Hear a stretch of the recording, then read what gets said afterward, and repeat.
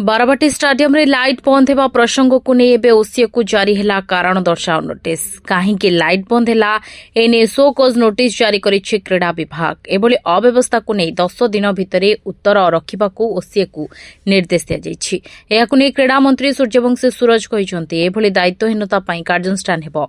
बारवाटी रे flood light बंद हेबा घटना क्रीड़ा प्रेमी को आघात देछि। एने क्रीड़ा विभाग ओसीए को नोटिस करिछि। लाइट लिबिबा बड़ कथा नुहे विलंब हेबा बड़ कथा। सब व्यवस्था थाई मध्य काहेकि डीजी चलाइबारे विलंब हैला से नै तदंत हेबो। किए एवं केउ कमिटीर ए दायित्व थिले किए एवं केउ कमिटी ए दायित्व थिले जणाइबाको कुहा जाइछि। दोषीक विरोध में दृढ़ कार्यानुष्ठान हेबो।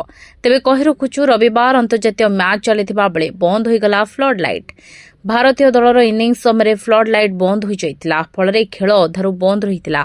सेतेबेले टीम इंडिया दुई बैटर अधिनायक रोहित शर्मा और शुभमन गिल बैटिंग करुथिले। फ्लड लाइट बंद होइजिबा परे खेलाड़ी माने पैविलियन को फेरी जाइतिले। एहाकु नै खेलाड़ीक मध्य असंतोष देखा देइतिला। प्राय 25 मिनिट परे फ्लड लाइट पुणी चालू होइतिला। खेल पुणी थरे आरंभ होइतिला।